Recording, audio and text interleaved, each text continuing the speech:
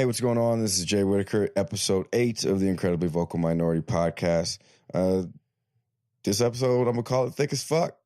Yeah, that's the name. Not like with the AF, thick AF. It's as fuck. That's what I'm going to say. And it's THICC apparently now, according to young people. So here you go, thick with two C's. I'm sure there's a K in there at some point. Let's start the motherfucking show. All right, peace. Why not? Turn the music. Hey, there's the music. There's the music. Oh, shit. Hey, what's up? Welcome to the Incredible Vocal Minority Podcast. I am Jay Whittaker. You should be fucking with me in a good way, not like the weird way. I'm sitting in this chair. I found a cat today. I found one of the cats, y'all. One of the 7 cats was lost, and I retrieved that motherfucker. Found him in the streets. I was in uniform, and it was like one of those. You never seen those, guys in uniform reunited with their dog? Well, you just saw a man in uniform reunited with one of his 7 cats. It was terrifying. Because, normally the dogs will run up on them and start licking you. This little motherfucker ran up on me and then ran away, and I had to chase his ass around. This shit was annoying as shit. I'm glad he back, but now he went out the house again. So that's just annoying. Hey, I just did some shows with a person that I legit look up to. Colin Quinn. I did a weekend with him at Wise Guys Comedy Club. It was dope. It was dope as shit. I'm pretty excited. It was like meeting one of your heroes, because I used to watch Remote Control. Yeah, I'm dating myself. Tough Crowd. When he was on Saturday Night Live, and he's just a great comedian, and so it was just really cool to just spend time with him. Super down to earth guy. We're literally trading war stories. I was talking about the year that I was in Iraq. He was there actually doing comedy. I couldn't go to the show because he was on night shift, and 10 years later, I'm sharing a stage with him. It was a really cool opportunity and great experience. So I don't know anybody. I saw some people that came out to the show. The show love. I appreciate you. That shit meant a lot. So thank you for showing up. Yo, it's like November 6th or 5th or 7th or 8th when you listen to this shit. Yeah. But bottom line, this week you should vote. Okay? Local election. Guess what? Thoughts and prayers don't do a goddamn thing. If you believe in higher power, cool. But you want to make more of a difference. Instead of using thoughts and prayers, use some votes and ballots. Okay? It's just more, just seems like the right thing to do. So maybe just do that. Maybe just do that just a little bit. This is going to be a quick episode. I can already feel it. Because I've been drinking. I've had a long day at work. I got to be on stage in about an hour.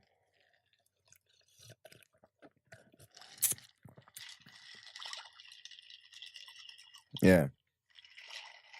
You hear that? That's me taking a drink after a long day's work. But I got a show November 18th at the new Wise Guys is going to be opening in Jordan Landing. Come out, see me, 8 p.m. It's going to be a cheap show. It ain't going to cost you nothing. So just come out, see me. Go on wiseguyscomedy.com, get your tickets. I'm pretty excited to do this show because I got a lot to inform you about. This whole 7 cat situation, my love life, fatherhood, the NFL. There's a lot's going on. Speaking of the NFL, yo, there was 2 fights that broke out today. 2 fights between the Tampa Bay Buccaneers and the New Orleans, is it New Orleans? I've heard it like I was stationed down in New Orleans for a minute, and I've heard it pronounced like 8 different ways. There's New Orleans, New Orleans, New Orleans, New Orleans,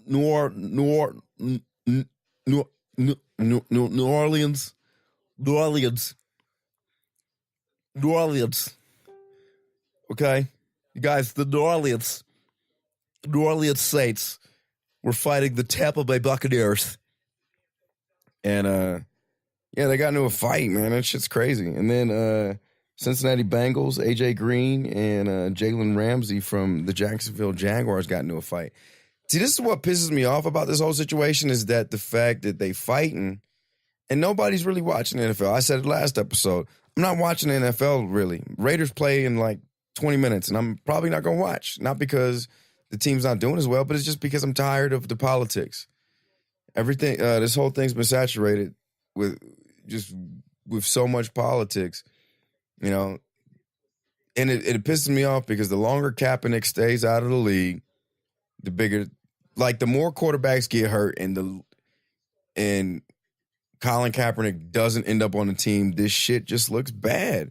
And it's just depressing. It's just depressing. That's what I get so depressed about watching football now, is that I see high-paid black men that made it out of whatever their situation was. Now they are millionaires, or at least respectable thousandaires, you know, and they're still being treated like pieces of property. And it's frustrating, you know? And so that's why the NFL, I just can't get into it like I used to be able. And then plus I believe there's a massive conspiracy in sports anyway. You mean to tell, all right, a lot of people think 9/11 was an inside job. That's up for debate, whatever. That's your thoughts. But I don't really care about that. I mean, I care about 9/11, but I don't really think it's like an inside job. I don't know. I don't have facts. What I do have is a bottle of vodka and speculation and a voice in my heart. I will tell you this. You know, I will tell you this. Patriots and the Eagles go straight to the Super Bowl right after 9/11. Come on, man. Those are two American icons. The Patriots mascot is a Minuteman, and then the Eagle. That's America as shit. That's the most American Super Bowl you could ever get. You know? To me, that's like frustrating. Then the Houston Astros win out of the flood happens. Houston Astros win. Well, maybe Jay, they just tried to do it for New Orleans. New Orleans Saints. They won the Super Bowl after Hurricane Katrina. Well, maybe they just did it out of the kindness of their heart. Maybe they just really care about the city. Fuck that. I'm a pessimist and a cynic. No one does anything nice. This episode is like, no, I'm just messing with you guys. Y'all like mad too. I can tell y'all mad. Y'all like listening to this shit like, man, where the fuck is he going with this shit? Why is he so angry today? I'm not angry. I'm actually in a really good mood. Things are going well in my life. I can't complain for shit. I'm living my best dream. Let's see. I got to tell you guys this. This is, I shouldn't even think this is a new segment because I have too many new segments. I don't know if I have too many. But did y'all hear about this legendary person that happened to turn off someone's Twitter account? It was like for 45 minutes, but they turned it off. 11 minutes? Whatever. Okay, I got corrected. Thank you. 11 minutes. 11 minutes, though. You know what you can get done in 11 minutes? You could rub one out. You could have a quickie. You could watch half of an episode of Friends. You know? You could probably do the dishes. You could do some laundry. 11 minutes. This person that worked for Twitter on their last day turned off a commander-in-chief's Twitter account. And to that person, he or she, I don't know who it is, but you're a living legend. I respect you. You have my utmost respect. And I think highly of you. I think highly of you as your person. So dope. Like what do you go from that? You quit your job and then like what do you go on to do from there? Yo, hey, you may remember. Like, do you put that on your LinkedIn page? Like, I turned off the president's Twitter account? Actually, I mean, so tell me how you deal with conflict. I just turn their asses off.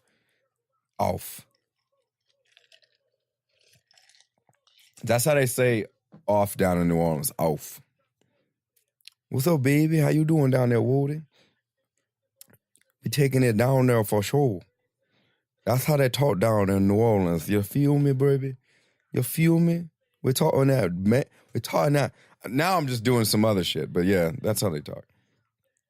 Not all of them, but this is, man, I apologize for this episode. I've had a long week, y'all. I haven't even had a chance to catch up on TV.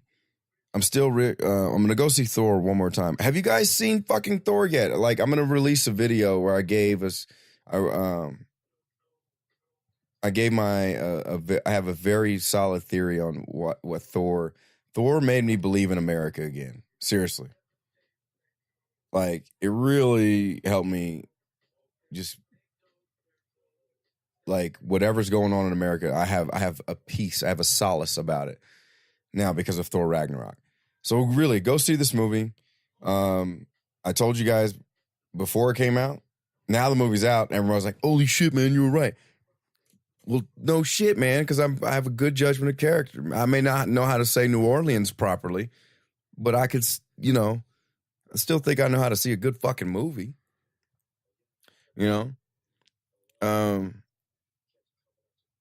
Anyways, so what? It's time for... Oh, y'all better get ready for the word. The word. And the bird. Caca. Of the week. Of the week. Of the week. Focus. All right. It's time for the word and the bird of the day. Today's word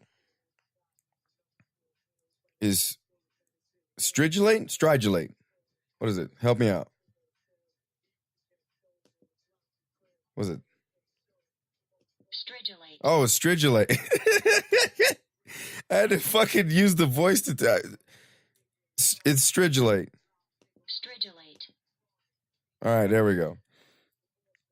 To make the definition, it's a verb, and it's to make a shrill creaking noise by rubbing together special bodily structures. This is mostly used of male insects, such as like crickets or grasshoppers. So basically, to make a shrill creaking noise by rubbing together specially, that sounds like making that ass clap. So when you go to a strip club and you see ass cheeks clapping together, like, just make it clap. Just make it clap. That's the ass is stridulating. Stridulate. Stridulate, yes.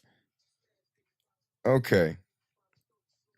So yeah, next time I want to hear a rapper like say that in his next song. Like, I love the way your ass gyrate and stridulate. Got me want me to infiltrate and penetrate. Yeah. Leave my penis in a limp state. I'm so tired we can't even go on a date. Was supposed to pick you up at 8. Shit, I'm hungry. I ain't even ate. All right, that's it. That's the wackest freestyle you ever heard, but I use stridulate properly. Now it's time for the bird. This one comes from Massachusetts. Massachusetts, where everyone says ka and ba and wah. Here's how you say New Orleans in Massachusettsian. Fuck those guys. New Orleans. That's what they say. New Orleans, not New Orleans. Whatever. White-breasted nuthatches. That's the name of the bird. White-breasted nuthatches. Yep, that's what people name birds. So many Massachusetts birds cling and crawl on the trunks of trees, but this only the curious little nuthatches descend trees head first. The name nuthatch comes from the way these birds deal through tough seeds. A nuthatch will wedge the seed into a bark crevice or branch crotch and use who the fuck writes this shit? A nuthatch will wedge the seed into a crevice or branch crotch. This is a real sentence that I read off of a .org website. .org means this is like government approved. Like someone sent this in and was like, yo, that white titty nuthatch gets into crevices and crotches. Anyways, there's two different species of nuthatches in Massachusetts. White-breasted and so they got white-breasted and they got red-breasted. So these things are only 6 inches long. The white titty ones are the larger of the two, and they're more commonly seen. Like the smaller ones are the red-breasted titties. Like those ones, they got smaller nuts, and like it mostly sounds like when they make this their bird call is like a tooting of a tiny horn, like toot toot toot toot toot toot toot toot. So their behavior, like in addition to their distinctive habit of descending trees head first, nuthatches will crawl all over trunks and larger branches looking for food in the crevices. Nuthatches tend to be more wary. They may hitch around the opposite side of a tree to avoid a curious observer. And while they readily visit feeders, nuthatches tend to collect just one seed at a time and carry it off. You'll find them in mixed forests. You'll find them a lot in Massachusetts and wooded suburbs. So right now, where all the foliage where everyone comes down to watch the fall, and watch all the leaves, and the Bruins and the Pats win or whatever. That's what they're doing. So go see you a white titty nuthatcher who getting them in crotches and crevices. Yep. That's what kind of episode this is. Oh, God, somebody messaged me on fucking Facebook. I should probably turn off a lot of shit for this episode, but let's see. I feel like I should read a letter. All right. I'll get to I got a couple questions, but I'll get to those later. Let's see. There's a new character in Overwatch. I know that has no real transition, but I'm going to talk video games right now. New character in Overwatch, which I'm really fucking excited about. If you guys do play Overwatch and you're on an Xbox, hit me up. My gamer tag is full Whittaker. Myra. She's a new character. She's a support character, so she's a healer. And she basically looks like a redheaded version of Ellen. Actually, no. She looks androgynous as shit, and I love it. And like she kind of looks like a David Bowie. Yeah. But here's the bio on her. Myra's biotic abilities enable her to contribute healing or damage in any crisis. So while her biotic grasp gives Myra the short-range options, her biotic orbs contribute long-range, hands-off damage and healing. She can also use Fade to escape groups or remain close to allies in need of support. Once she's charged up her ultimate, which is Coalescence, Myra can save multiple allies from elimination at once or finish off weakened enemies. Like, seriously, this looks like David Bowie, like a dark Ziggy Stardust, but like she looks cool as shit. And she just runs around just fucking people up. And she doesn't swing her arms when she runs. She just runs with her hands behind her back like Sonic the Hedgehog. And so she can, like, you put her in a large, like, whether they're enemies or allies, she can just shoot her hands and heal and damage people at the exact same time. It's really cool. Like, I've seen some of the gameplay, and it's just fun. And I'm just glad that once again, they keep like they've added every new character that they've added has just been just different every time. Every time. When Overwatch came out, they added Ana was the newest character. Then it was Orisa, which was basically a female robot. So 2 women.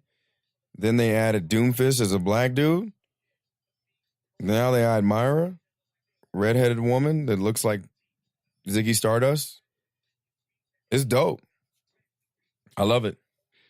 Overwatch, to me, is my favorite. It's my favorite fucking video game because they just keep it so diverse. I love it. I can't wait. They if you guys saw the new maps that they're doing for Blizzard World, where they show all the it's a work. There's going to be a new map for Overwatch that you guys have to see. Just go on YouTube and I'll post it on the show. Just check out Blizzard World. It looks pretty cool. There's a lot of themes from Warcraft, Starcraft, all that shit. So a lot of cool shit.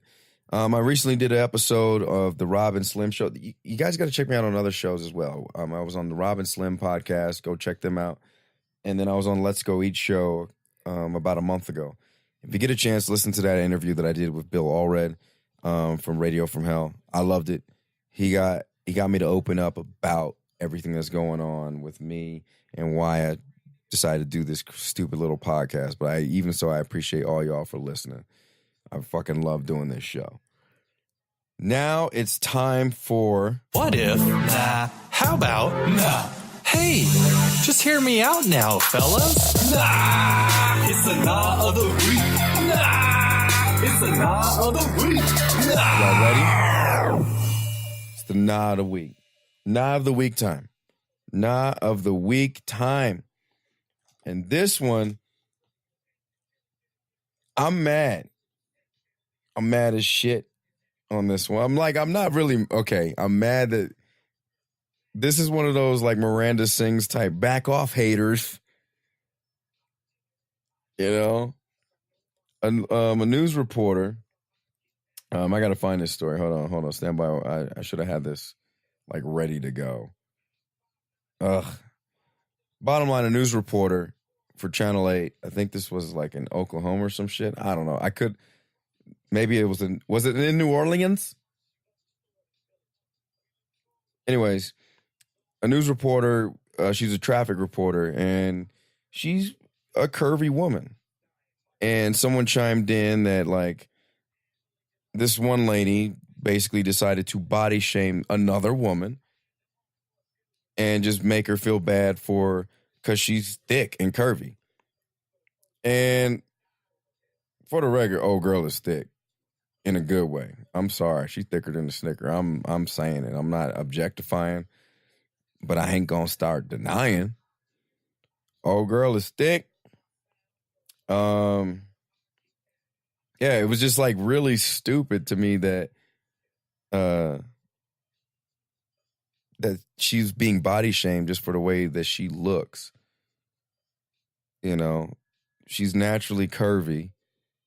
And so you're going to body shame her just because, you know, she clearly does squats, you know, and works out. And so, but she got her fitness and she's working on it, but she's curvy. So it's already hard enough for women. Her name is Demetria Obalor. I'm probably saying this wrong, but I can't believe that people, she's from Texas. She's a reporter in Dallas. And this woman is a white lady that said she's a 16/18 woman in a size 6 dress and looks ridiculous. This is some old bullshit. She said the woman said she would also stop watching the news channel. This is bullshit. You know how hard it is for women in general to like be comfortable in their own body, and then another woman's just gonna come out and just shame you? Like, holy shit. And so, ultimate nah of the week right there. Just,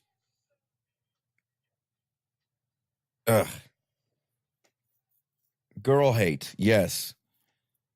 Like, and I mean, it happens with dudes too. I mean, like, but it's just to me, where we're at in society where everybody needs a fucking ally. You know, everybody needs an ally at this point. So why hate on each other? Let's all try to help each other. She working? Is she bothering anybody? You know, is that thick ass knocking? Is that the shit that she's a traffic reporter? What does her figure have to do with the traffic? Is that thick ass the shit that's causing up all that traffic? You know, is everyone still, are we in a traffic gridlock from looking at that ass? No, shut up. It's not bothering you. Shut up. You're stupid. Ugh. That's the night of the week, y'all. Anyways, I'm going to keep this short and sweet. Under 30 minutes, you guys. I've got other shit to do. I've got jokes to write. I've got cats to feed. I've got love to give. I've got cuddles to give. I've got asses to grab. Consensually. All right? I'm not, like certain people that get their Twitter accounts turned off do that. But I hope you guys have a great week. Hope you guys are living your best life. Much love to you.